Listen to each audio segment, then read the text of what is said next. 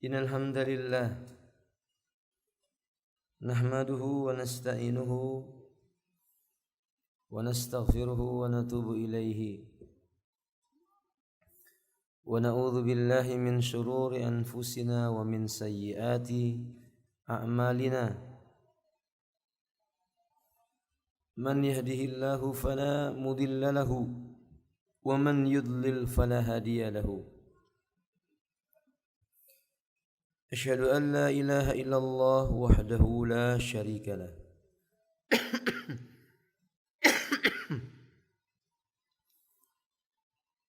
wa asyhadu anna Muhammadan abduhu wa rasuluhu.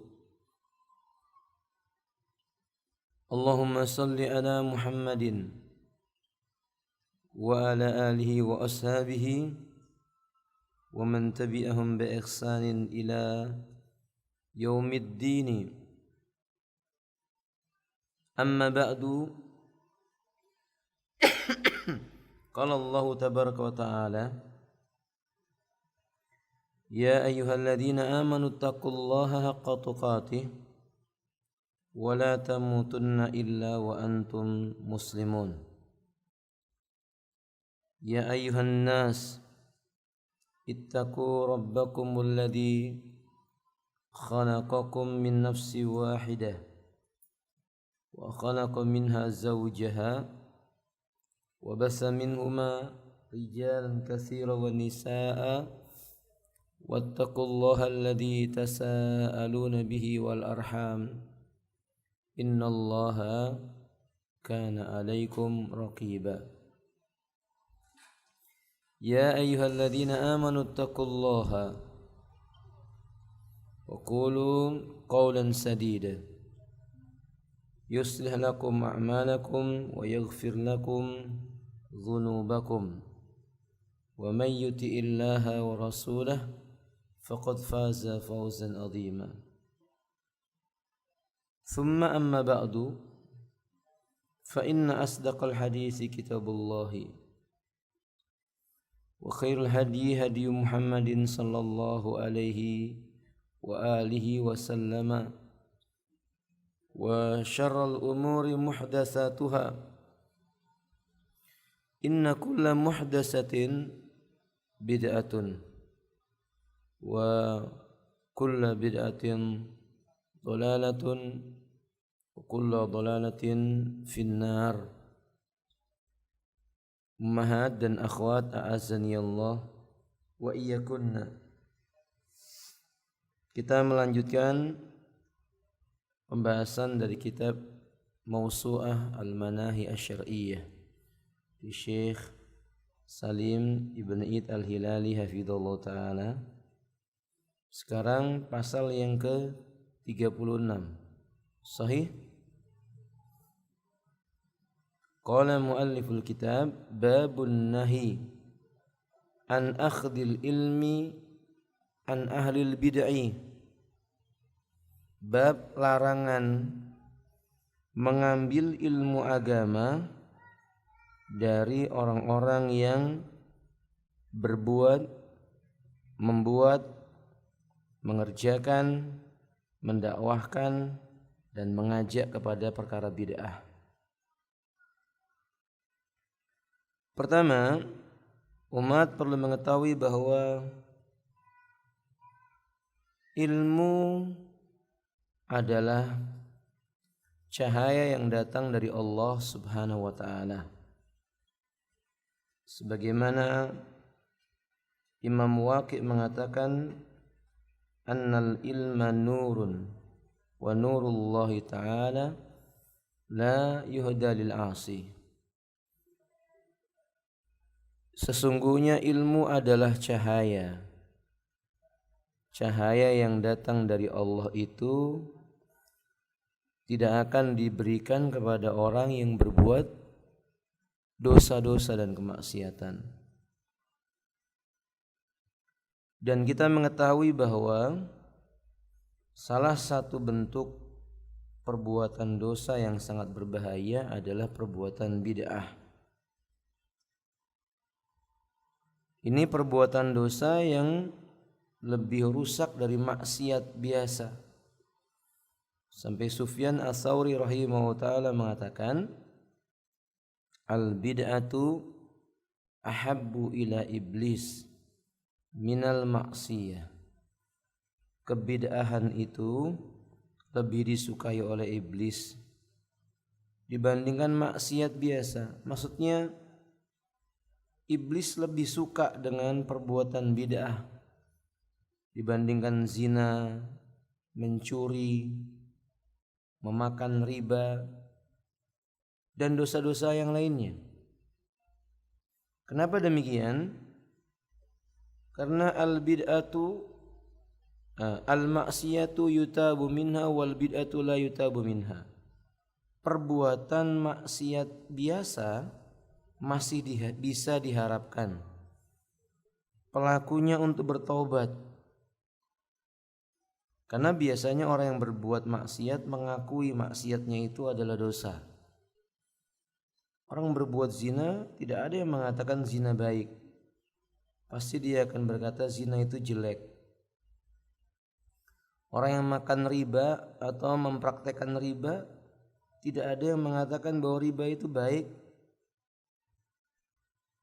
Jika dia orang beriman, dia akan berkata bahwa riba itu jelek. Demikian pula membunuh, tidak ada yang berkata membunuh itu baik. Membunuh itulah maksiat. Berbeda dengan bid'ah, bid'ah itu sangat sulit diharapkan taubatnya. Bahkan sebagian riwayat menyebutkan orang yang berbuat bid'ah itu tidak bisa bertaubat atau taubatnya tidak diterima oleh Allah Ta'ala. Kenapa demikian? Karena perbuatan bid'ah pelakunya tidak pernah merasa itu dosa. Yang ada adalah pelaku bid'ah menganggap itu adalah cara bertakarub kepada Allah. Dianggap sebagai sesuatu yang bisa mendekatkan diri kepada Allah. Perbuatan bid'ahnya dianggap cara yang baik dalam beribadah kepada Allah Subhanahu wa ta'ala. Maka sebab itu iblis suka dengan orang seperti ini. Iblis suka dengan orang yang tidak pernah merasa salah dengan yang dia lakukan itu. Maka perbuatan bid'ah itu berbahaya. Di yaumil qiyamah dijauhkan, diusir oleh malaikat dari telaga haudnya Nabi sallallahu alaihi wasallam. Pelaku perbuatan bid'ah itu di kehidupan dunia dapat ancamannya Allah Subhanahu wa taala. Falyahdharil ladzina yukhalifuna an amrihi. Hendaknya merasa takut orang yang menyelisih perkaranya Nabi. Antusibahum fitnatun aw yusibahum adzabun alim. Atau akan ada fitnah yang kalau tertimpa fitnah atas mereka atau azab yang pedih. Menimpa mereka fitnah apa ini? Kesyirikan, perpecahan, peperangan atau pembunuhan. Ini pangkalnya adalah bid'ah. Berpecah belah itu penyebabnya karena perbuatan bid'ah, bukan sunnah yang memecah belah. Peperangan itu penyebabnya karena perbuatan bid'ah, bukan berpegang teguh dengan sunnah. Kesyirikan muncul itu kan juga karena perbuatan bid'ah, bukan karena orang berpegang teguh dengan sunnah. Yang pada akhirnya Allah timpakan azab yang pedih. Na'udzubillahi min dzalik. Dan dalam kitab ini penulis mengingatkan bahwa ilmu tidak boleh diambil dari orang-orang yang merusak agama. Perusak agama ini pelaku kebid'ahan. Dalilnya diantaranya an Abi Umayyah al-Jamahi anna Rasulullah sallallahu alaihi wasallam qala inna min ashratis saati ay yaltamisal ilma indal asagir ayul tamasal ilmu indal asagir. Sesungguhnya di antara tanda-tanda dekatnya hari kiamat itu ketika ilmu dicari indal asagir, dari sekelompok orang yang disebut dengan al-asagir. Al-asagir yakni kata Imam Ibnu Mubarak dalam Kitabuz Zuhud halaman yang ke-21 dan 281, al-asagir yakni ahlul bid'ah, yaitu orang yang berbuat bid'ah, membuat bid'ah, mengajarkan bid'ah, mengamalkan bid'ah, dan mengajak orang berbuat bid'ah. Ini asagir. Ibnu Mubarak menerangkan demikian. Artinya Al-Imam Abdullah Ibnu Mubarak sudah mengenal istilah bid'ah. Dan memang karena istilah ini istilah yang datang dari Nabi SAW. Kalau pada hari ini ada orang Islam fobi dengan istilah bid'ah, ini perlu dipertanyakan. Maksudnya perlu dipertanyakan, bukan dipertanyakan keislamannya. Dipertanyakan dari mana sumber pengambilan ilmunya. Karena istilah bid'ah itu memang ada dalam Islam. Sebagai lawan dari sunnah. Sunnah lawannya bid'ah. Ahlul bid'ah lawan daripada ahlus sunnah. Di antara faedah hadis ini, Syekh Salim hafizahullah ta'ala mengatakan, pertama, al-asagir hum ahlul bid'i wal ahwa'i alladhina yastaftuna bila ilmin wala ilmun indahum kama dalla ala dhalika hadisun tizail ilmi. Yang dimaksud dalam hadis kalimat al-asagir, orang-orang kecil, mereka itu artinya adalah ahlul bid'ah dan ahlul ahwa. Siapa mereka ini? Rombongan manusia yang dimintai fatwa lalu berfatwa dengan tanpa ilmu sedikit pun di sisinya. Seperti yang disebutkan dalam hadis tentang intizaul ilmi, dicabutnya ilmu. Terdapat dalam riwayat bahwa ilmu itu dicabut oleh Allah Ta'ala dengan cara diwafatkannya para ulama. Innallaha la yaqbidul ilma intiza'an. Allah tidak mencabut ilmu itu sekaligus, tidak. Walakin biqabdil ulama, akan tetapi dengan cara mewafatkan para ulama. Nabi menceritakan datang satu zaman bila para ulama telah tidak ada, maka diangkatlah pada suatu kaum itu pemimpin yang jahil tentang urusan agama. Dimintai fatwa lalu berfatwa tanpa ilmu, dia sesat dan menyesatkan. Ini yang disebut dengan ahlul ahwa, pengekor hawa nafsu. Faedah yang kedua, al-ulama humul akabir. Kalau ahli bid'ah disebut dengan al-asagir, maka kalau ulama maka disebut dengan al-akabir. Wa in kanu sigarusin. Sekalipun ulama itu dari sisi usia masih muda. Seperti Syekhul Islam Ibn Taimiyah, di usia 15 tahun beliau sudah mengajarkan ilmu. Dimintai fatwa, dan fatwanya berdasarkan Quran dan Sunnah dengan pemahaman para sahabat. Qala Ibnu Abdul Bar fi Jami' Bayanil Ilmi, dalam kitab Jami' Bayanil Ilmi, Imam Ibnu Abdul Bar berkata, al-jahilu saghirun wa in kana saykhan wal alimu kabirun wa in kana hadasan.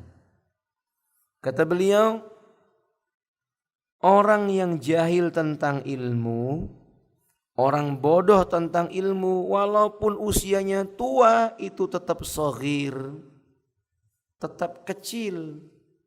Golongan-golongan orang yang remeh kecil.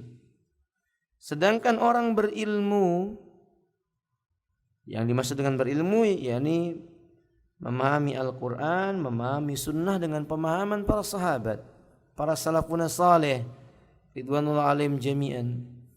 Orang berilmu itulah yang kabir walaupun usianya masih sangat muda. Wallahu ta'ala a'lam bishawab. Dibantu dibaca Mahat, silakan syairnya. Lalu beliau membawakan sebuah syair, tuntutlah ilmu karena tidak ada seorang pun yang lahir langsung jadi ulama. Sesungguhnya orang alim tidaklah sama dengan orang jahil. Sesepuh satu kaum yang tidak punya ilmu akan menjadi kecil bila orang-orang melihat kepadanya. Naam. Ta'allam falaisal mar'u yuladu aliman. Belajar kata beliau. Karena tidak satu orang pun dilahirkan ke muka bumi ini langsung jadi ulama. Enggak ada orang lahir jadi ulama. Belajar kata beliau. Walaisa akhu ilmin kaman huwa jahil. Dan sesungguhnya orang yang mengerti tentang ilmu itu tidak mungkin sama. Saudaranya ilmu maksudnya adalah orang yang ahli dalam ilmu agama tidak mungkin sama dengan orang yang jahil. Wa inna kabiral qawmi la ilma indahu saghirun. Orang tua yang ada di suatu kaum usianya sudah sepuh tapi tidak punya ilmu, sejatinya dia itu cuma saghir, bukan siapa-siapa. Idzal tafat alaihil mahafil. Jadi intinya beliau mengingatkan kedudukan seseorang itu dianggap besar dan kecil karena keilmuan yang dimiliki. Jadi pelajarilah ilmu. Maka ulama itu adalah al-akabir walaupun usianya masih muda. Akan tetapi walaupun sudah tua, jahil tentang ilmu agama, maka dia disebut dengan saghir. Hada sani, salisan yang ketiga, ukhti silahkan. Ketiga, ilmu adalah yang bersumber dari sahabat radhiyallahu anhu. Taib. Jadi kata beliau al ilmu makana minas sahaba. Ini dibatasi sampai di sini. Wa man tabi'ahum fahuwa ilmun nafi. Bila Anda ingin mengetahui hakikat ilmu, ilmu itu sesuatu yang difahami, diamalkan, dibela dan didakwahkan oleh para sahabat. Apa itu Al-Quran? Apa itu As-Sunnah? Yang difahami oleh mereka, diamalkan oleh mereka, dibela dan didakwahkan oleh mereka para sahabat dan orang-orang yang mengikuti mereka dengan benar. Ini yang disebut dengan ilmu. Fahuwal ilmun nafi, dan itulah ilmu yang bermanfaat. Seolah penulis ingin mengingatkan, ilmu itu ada dua macam. Ada ilmu yang bermanfaat, ada ilmu yang tidak bermanfaat. Ilmu yang bermanfaat, ilmu yang pemahamannya sesuai dengan pemahaman para sahabat dan orang-orang yang berjalan mengikuti jalannya para sahabat. Tapi kalau ilmu itu difahami dengan pemahaman akal seseorang, menyimpang dari pemahaman para sahabat, ini bukan ilmu yang bermanfaat. Maka beliau mengatakan, fa illam yakun kadzalik halaka bi sahibuhu. Setiap ilmu yang difahami tidak seperti pemahamannya para sahabat, ini akan mencelakakan si pemilik ilmu tersebut. Wala yakun hamilu imaman wala aminan wala mardiyan. Pemilik ilmu yang tidak difahami dengan pemahaman para sahabat tidak mungkin akan menjadi orang yang terdepan, tidak mungkin dia menjadi orang yang aman dan terpercaya, dan tidak mungkin orang itu menjadi orang yang diridhoi oleh Allah Tabaraka wa Ta'ala. Karena hakikat ilmu yang datang dari Allah, diajarkan kepada Rasulullah, Rasul ajarkan kepada para sahabatnya, yang dipraktekkan dan dibela dengan nyawa dan harta mereka. Itu ilmu. Inilah yang disebut dengan akidah ahli sunnah wal jamaah. Ini yang disebut dengan akidahnya para salaf. Salaf yang dimaksud adalah para sahabat. ridwanullah alaihim jami'an. Ilmu yang bermanfaat. Taib. Rabi'an yang keempat. Keempat, para penuntut ilmu harus mengambil ilmu dari orang-orang yang bertakwa, solid dan mengikuti salafus solid. Sebab keberkatan selalu bersama mereka. Sebagaimana yang disebutkan dalam hadis Abdullah bin Abbas radhiyallahu anhu bahwa Rasulullah SAW berkata, yang artinya keberkahan selalu bersama kaum akabir ahli ilmu kalian. 6. Yanbaghi ala tullabil ilmi, wajib yang menjadi keharusan, dan inilah yang selayaknya para penuntut ilmu itu akhadal ilma an ahli taqwa an ahli taqi, pilih, cari, pelajari ilmu itu kepada orang yang memiliki sifat berikut ini. Sifat yang pertama, dia bertakwa. Cari ahlul ilmu yang punya sifat takwa. Ya, makna takwa yang paling mudah, mengerjakan perintah Allah untuk mendapatkan ganjaran di sisi Allah, meninggalkan larangan Allah karena takut akan siksanya Allah. Ini makna takwa yang paling mudah untuk difahami. Maka kalau Anda ingin mengambil sebuah ilmu, lihat dulu yang Anda akan ambil ilmu darinya bertakwa tidak. Kalau sudah lisannya kotor, suka mencela, suka memaki, tidak ada yang selamat dari dia, bahkan seekor binatang pun tidak luput dari kejahatan mulutnya, jangan ambil ilmu dari orang seperti ini. Jangan ambil ilmu dari orang yang seperti ini, karena orang yang seperti ini suatu saat tidak akan selamat dirinya dari lisannya sendiri. Wassalah, sifat yang kedua yaitu orang yang suka mengadakan perbaikan. Ya, orang yang suka mengadakan perbaikan tentu memiliki akhlak yang mulia, budi pekerti yang baik, orang yang rajin beribadah, tidak cinta dengan urusan dunia. Ada dia gunakan, jika tidak ada bukan tujuan dunia bagi dia. Bukan orang yang gila dengan kehidupan dunia. Dia orang yang zuhud. Apa zuhud itu ibu-ibu? Apa ibu zuhud itu?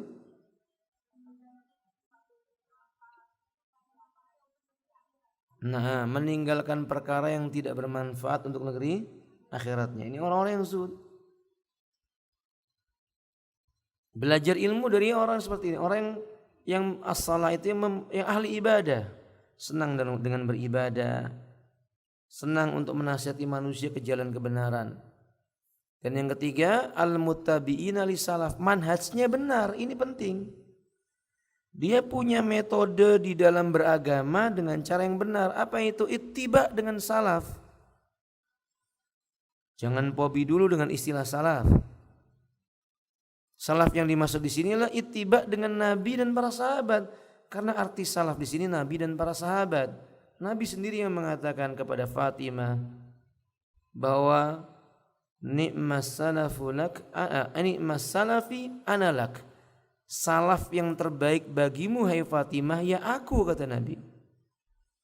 Jadi salaf yang dimaksud adalah Nabi SAW. Karena arti salaf itu ya orang yang telah berlalu. Orang yang telah berlalu dalam urusan agama ini adalah para sahabat, Nabi dan para sahabat.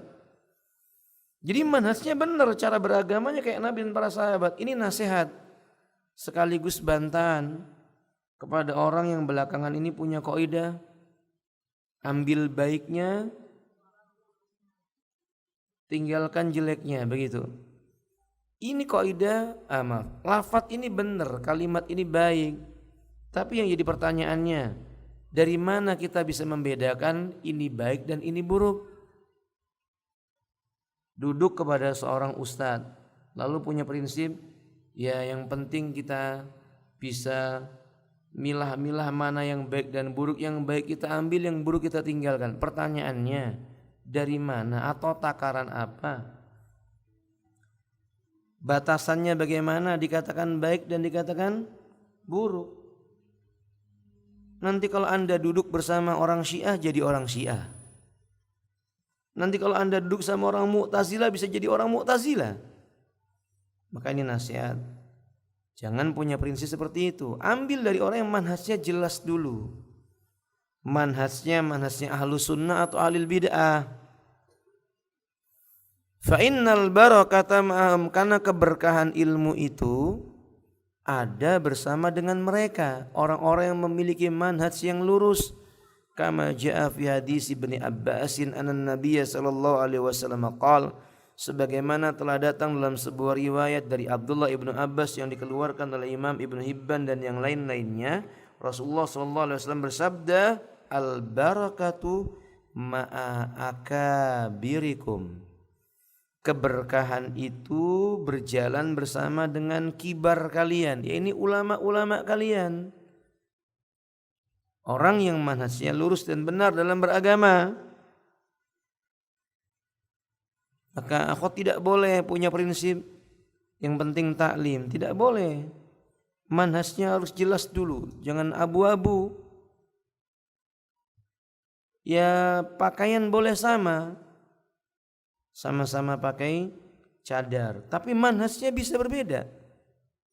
Yang satu Ahlus Sunnah, yang satu Khawarij, sangat memungkinkan.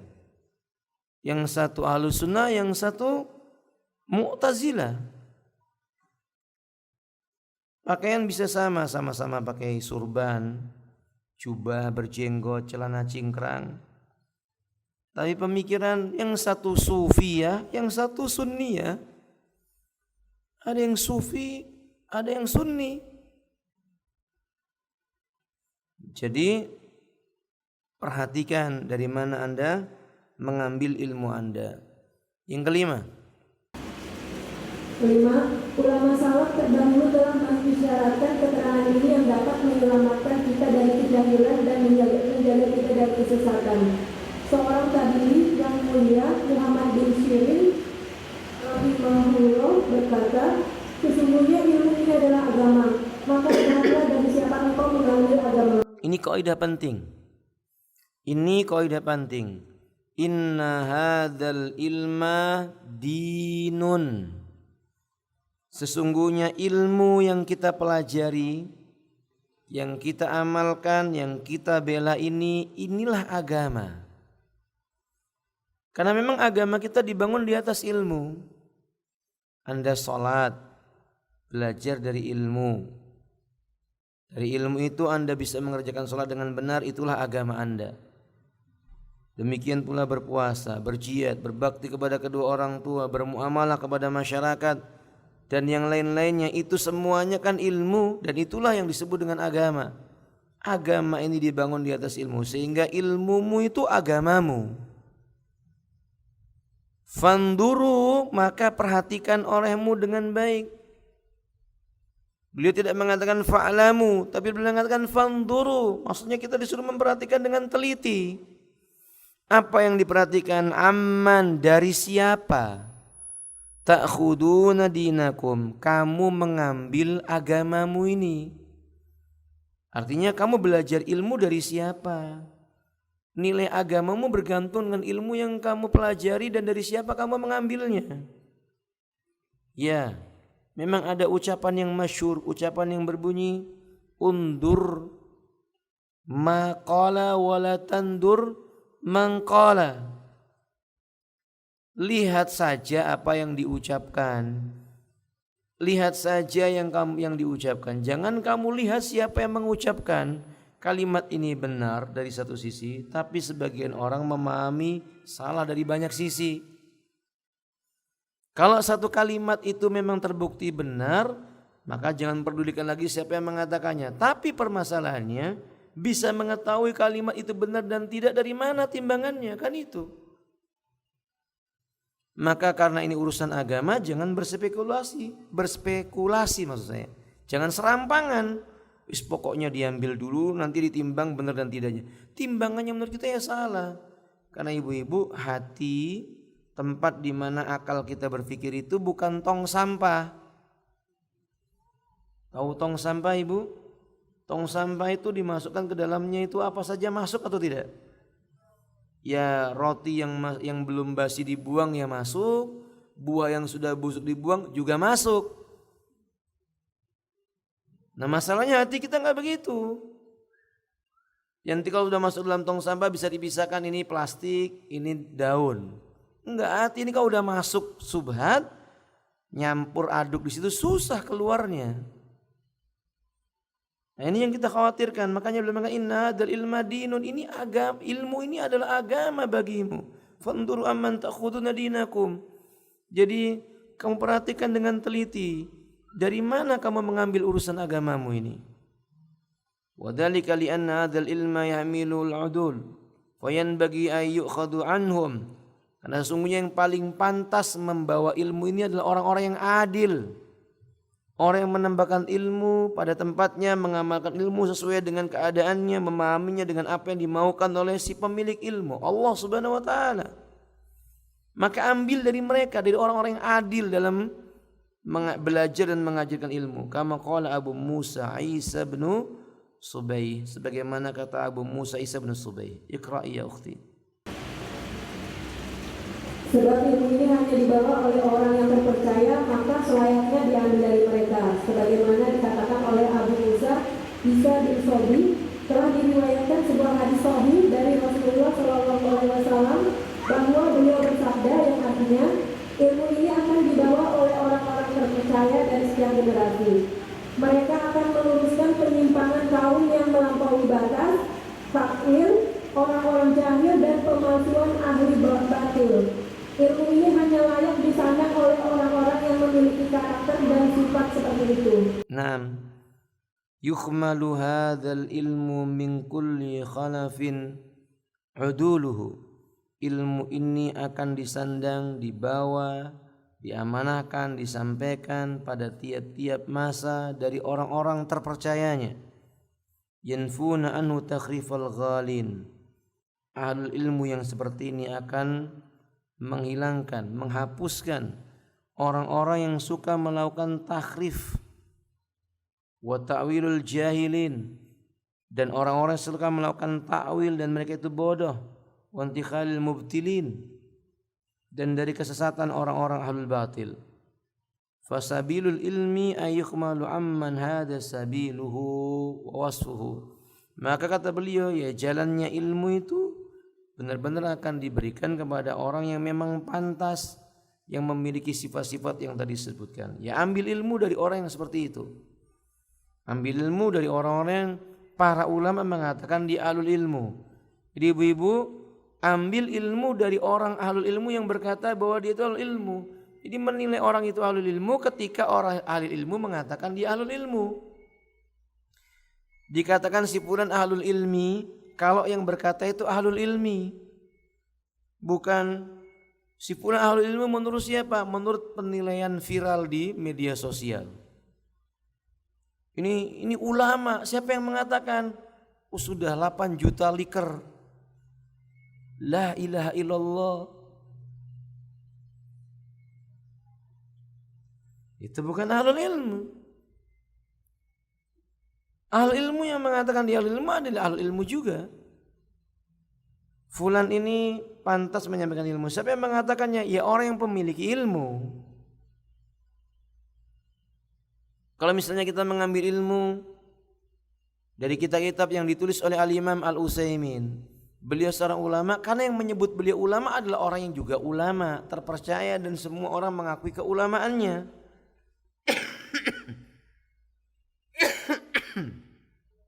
Kalau tiba-tiba orang melecehkan, memburukkan kitab-kitabnya Al-Imam Al-Utsaimin, jangan pedulikan. Karena yang mengatakannya itu seperti seekor kambing yang belum mengeluarkan tanduk mencoba untuk menanduk gunung. Ya mati dia. Jadi jangan pedulikan kambing yang belum keluar tanduknya itu. Kalau kita mengambil ilmu dari Imam Al-Albani, para ulama memujinya sebagai ulama. Musuh-musuh beliau pun mengakui tentang keilmuan beliau. Itu yang musuhnya saja, yang membenci beliau, mengakui keilmuan beliau. Kalau tiba-tiba datang belakangan, mencela, mencaci, memburuk-burukkan Syekh Al-Albani rahimahullah ta'ala, jangan pedulikan. Jangan pedulikan orang seperti itu. Ya, kalau sekarang misalnya orang belakangan dan dipuji oleh orang datang bilang, yang memuji orang bodoh. Orang bodoh tidak mungkin memuji kecuali juga orang yang bodoh. Kalau para ulama tidak memuji kecuali para ulama. Maka ambil ilmu dari orang-orang yang dipuji oleh para ulama. Bukan ambil ilmu dari orang-orang yang dipuji berdasarkan banyaknya orang yang menyukai. Ya di akhir zaman ini udah aneh. Ahlul ilmi ditinggalkan.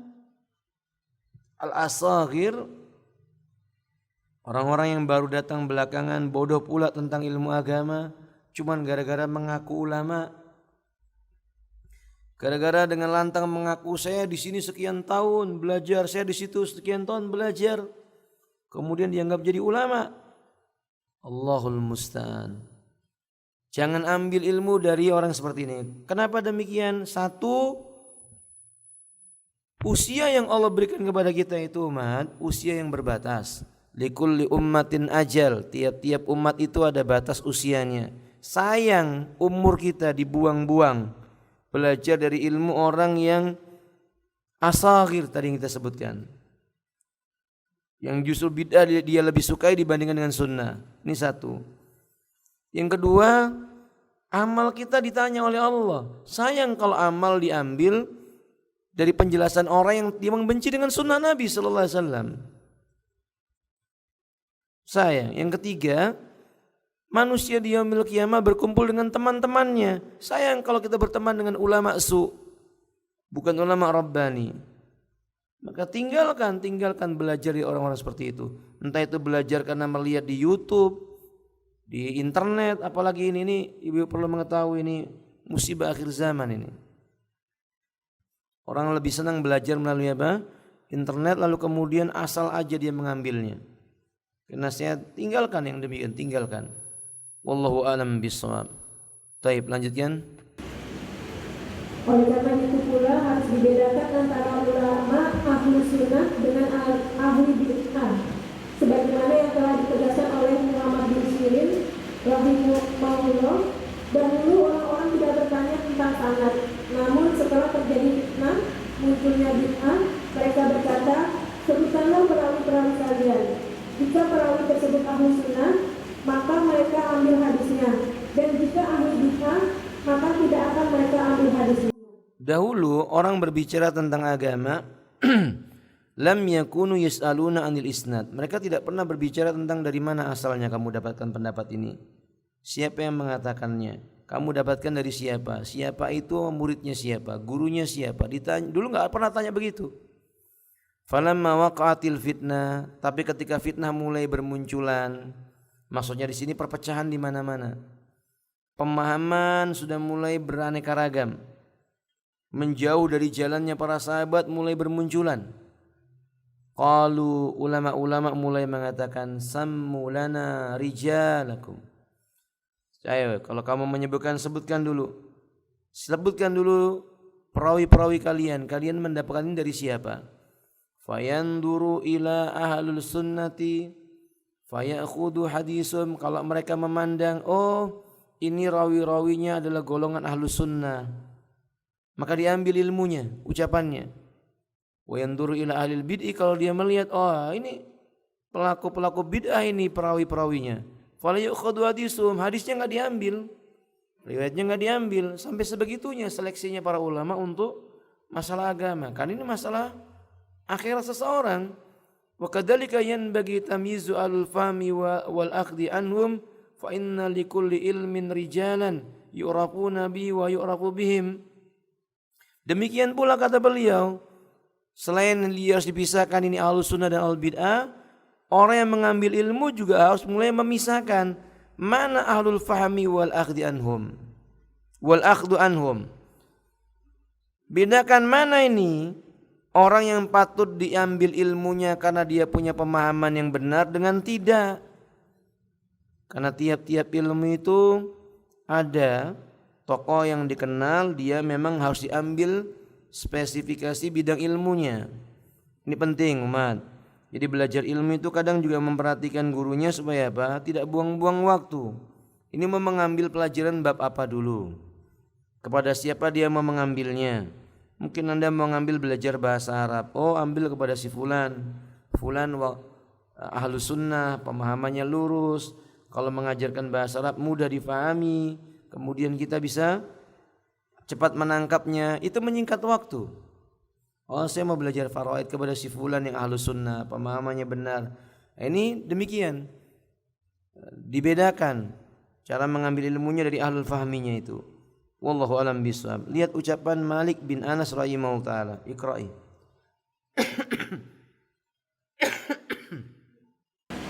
Imam Malik bin Anas rahimahullah berkata, sesungguhnya ilmu ini adalah agama, maka periksalah dari siapa engkau mengambil ajaran agamamu. Aku sudah bertemu 70 orang yang mengatakan, fulan berkata bahwa Rasulullah SAW berkata, di tiang masjid ini beliau menunjuk Masjid Nabawi, namun aku tidak mengambil satupun hadis dari mereka. Sesungguhnya ada beberapa orang dari mereka yang apabila diberi amanah harta, maka ia akan memelihara amanah tersebut. Akan tetapi mereka bukanlah orang-orang yang ahli dalam bidang ini. Muhammad bin Muslim bin Ubaidillah bin Syihab pernah datang ke sini lalu mereka berkerumun di depan pintunya. Para ahli ilmu telah mengingatkan hal ini dalam tulisan-tulisan mereka, tujuannya untuk melindungi generasi mendatang agar tidak terpengaruh oleh klaim-klaim dari orang-orang yang bertambah subur tanaman mereka di tanah yang tandus, yakni orang-orang yang ingin menjual sebelum matang, ingin muncul sebelum tiba waktunya. Nah, kita tutup poinnya sampai sini, nanti kita tanya jawab. Ini perhatikan ucapan beliau, inna hadzal ilma dinun fanduru amman ta'khuduna dinakum. Kata Imam Malik bin Anas rahimahullah taala, sesungguhnya ilmu ini adalah agama. Perhatikanlah oleh kalian dari siapa kalian mengambil agama kalian ini. Sampai beliau mengatakan laqad adraktu sab'in mimman yaqulu qala fulan qala Rasulullah. Aku bertemu di Masjid Nabawi ini lebih daripada 70 orang. Ya, dia ceramah mengatakan fulan berkata Rasulullah bersabda. Tapi kata beliau, fama akhadtu anhum syai'an. Dari 70 orang itu tidak satu pun yang aku ambil ilmu darinya. Maksudnya dai memang banyak, ustadz itu juga banyak, yang menyampaikan dakwah juga banyak. Tapi enggak semuanya kemudian harus kita ambil ilmunya. Sampai-sampai beliau mengatakan demikian, ini di Masjid Nabawi ini tempatnya. 70 orang ceramah berkata fulan Rasulullah bersabda. Enggak semuanya aku ambil ilmu darinya, kata beliau. Bahkan tidak satu pun aku ambil ilmunya.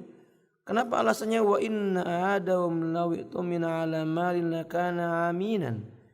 Mereka itu ada di antaranya, kalau diberikan sebuah sejumlah harta, dia ini memang amanah. Dia amanah, cuma ikhwati a'aznanya kata beliau, dia belum bisa menggunakan amanah itu dengan cara yang baik. Maksudnya ada orang, dia punya ilmu, dia telah diberi oleh Allah ilmu, tapi ada kalanya dia belum pantas menyampaikan ilmu. Karena banyak faktor. Apa faktornya? Mungkin dia belum bisa menyampaikan ilmu dikarenakan masih labilnya usianya, sehingga nanti kalau dia menyampaikan ilmu bisa membahayakan dirinya sendiri.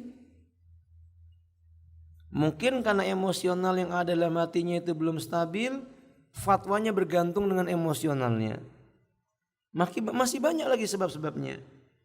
Makanya umat a'azal wa yakum, lebih-lebih beliau mengatakan, beliau khawatir kalau nanti muncul orang yang setiap dianggap punya ilmu langsung suruh ngajar, punya ilmu langsung menyampaikan ilmu. Dikhawatirkan nanti dia muncul sifat ujub, pingin muncul sebelum waktunya. Dia punya ilmu, tapi para ulama memandang dia jangan dulu berdakwah, dia jangan dulu menyampaikan, dia dulu perdalam dulu, amalkan dulu.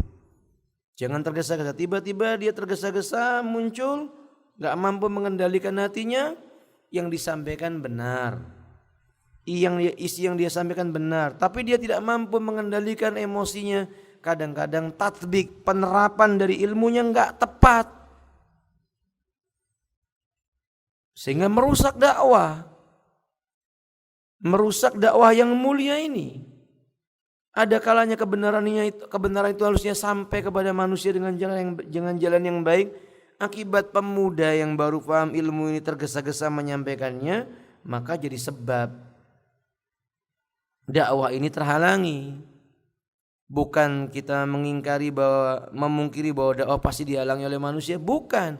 Tapi karena ketergesa-gesaan ini, sehingga huburi asa, cinta untuk disanjung, dipuji, suka keterkenalan, pengen cepat terkenal. Kan berapa banyak sekarang modelnya begitu. Ini nasihat buat saya, buat ibu-ibu, kalau anak-anak kita hafal Quran, Bu, sekarang ini kalau mau terkenal gampang, tapi itu sama dengan mengantarkan anak kita ke neraka. Kita rekam anak kita, masukkan ke media sosial, viral, 8 juta orang ngelihat, terkenal sudah anak kita. Anak siapa itu? Anak ibu fulana, hafal Quran, terkenal. Tapi anak ini hatinya mati nantinya. Disanjung, dipuji, dilihat banyak orang. Dan penyakit ini mulai muncul. Penyakit kayak gini mulai muncul. Anak disuruh baca Quran, direkam, disebarkan. Bacaannya bagus lagi, direkam, disebarkan. Disuruh ceramah pakai bahasa Arab, direkam, disebarkan. Orang berkomentar, wah, Masya Allah, wah, luar biasa. Nah, lama kemudian dipanggil Ustadz. Karena dia sudah hafal Quran dipanggil Al-Hafidh. Ya Allah, zaman sekarang baru hafal 30 juz langsung digelari Al-Hafidh. Ajib. Ya gimana hatinya gak rusak? Dipuji Al-Hafidh Fulan bin Fulan. Kalau Ustadz Al-Mukarram, Al-Ustadz, la ilaha illallah. Kita ini bukan siapa-siapa umat. Kita bukan siapa-siapa. Kita ini belum punya ilmu yang banyak, belum. Ilmu kita masih sedikit. Kalau kita ini mau berenang ke lautan, jempol kaki kita saja yang baru kena air lautnya. Itu pun ketiup angin kering sudah. Jadi ilmunya belum seberapa. Dan jangan ambil dari orang yang suka begini, orang yang ingin terkenal. Jangan suka ambil dari orang-orang yang seperti ini. Lihat para ulama kita. Para ulama kita bukan orang yang suka dikenal oleh manusia. Tapi Allah takdirkan mereka dikenal. Imam Al-Utsaimin, Al-Imam bin Bas, Al-Imam Al-Albani. Lihat mereka para ulama yang mulia. Sudah wafat rahimahullah ta'ala al-jami'. Tapi keilmuannya bermanfaat buat kita. Nah, Al-Asagir itu begitu ciri-cirinya.